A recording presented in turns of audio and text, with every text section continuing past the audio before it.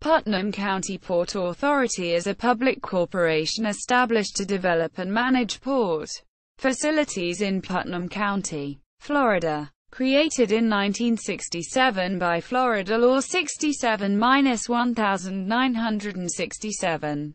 The Port District is one of 16 in the Sunshine State. The Port Authority also owns and maintains industrial and commercial development areas. The Putnam County Board of County Commissioners serves as the governing body of the entity. Considered a component unit, elected county officials set policies and oversee major expenditures. The board does not hold regular meetings of the Port Authority. Rather, meetings are held on a situational basis. Putnam County Public Works and the Port Authority are understood as blended units. As such, day-to-day operations are carried out by the Office of Public Works. Facilities.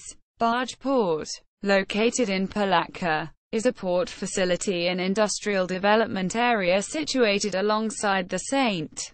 Johns River. The development inhabits a relatively deep portion of river maintained by the Army Corps of Engineers. The area is accessible by both CSX rail line and US 17.